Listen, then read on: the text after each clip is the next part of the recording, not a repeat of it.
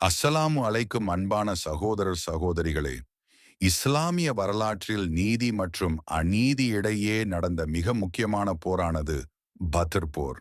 வெறும் 313 முஸ்லிம்கள் 1000 பேர் கொண்ட குறைஷி படையை எப்படி வென்றார்கள்? அந்த போர்க்களத்தில் நடந்த அற்புதங்கள் என்ன?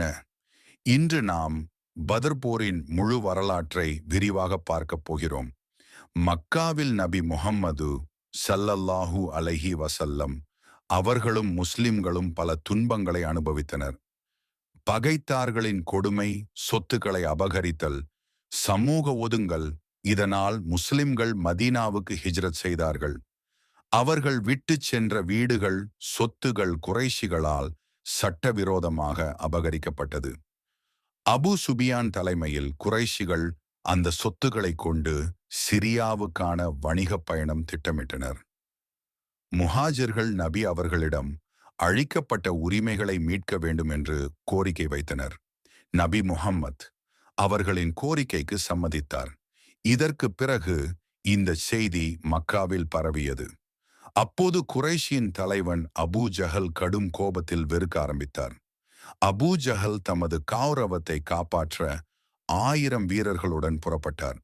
அவரிடம் 100 குதிரைகள், 600 கவச ஆடைகள், தினசரி உணவுக்கு 10 ஒட்டகங்கள் இருந்தது. மறுபுறம் நபி ஆலோசனை செய்தபோது அன்சாரி தோழர் முஆத் அலி, நீங்கள் எங்களை கடலில் குதிக்கச் சொன்னாலும் நாம் குதிப்போம் என உறுதியளித்தார். முஸ்லிம் படையில் இருந்தோர் வெறும் 313 பேர். அவர்களிடம் இருந்த குதிரைகள் 2. போர் நடக்கும் முன் அல்லாஹ் ஒரு அற்புதத்தை நிகழ்த்தினான். அந்த இரவு பலத்த மழை பெய்தது. குறைஷிகள் தங்கிய இடம் சகதியாகி போருக்கு சிக்கலான நிலையாகியது. முஸ்லிம்கள் இருந்த இடம் உறுதியான நிலையாக இருந்து பாதுகாக்கப்பட்டது. அன்று இரவு நபி அவர்கள் உறங்காமல் இறைவனிடம் கையேந்தி பிரார்த்தனை செய்தார்கள்.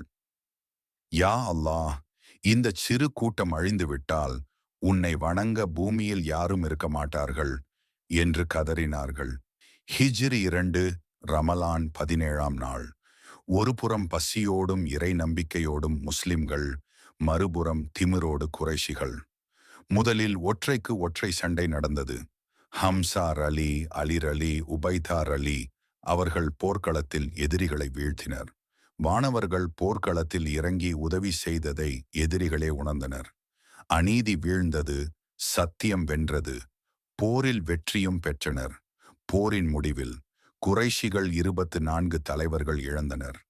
முஸ்லிம்களில் 14 பேர் ஷஹீத் ஆனனர். பத்ர் போர் நமக்கு கற்பிக்கும் பாடம் என்னவென்றால், வெற்றி எண்ணிக்கையில் அல்ல, அல்லாஹ்வின் உதவி மற்றும் நமது இறை நம்பிக்கையில் மட்டுமே உள்ளது. முஸ்லிம்கள் அற்புதங்களை நேரிட்டாலும் அல்லாஹ்வின் அருளால் மட்டுமே வெற்றியடைந்தனர்.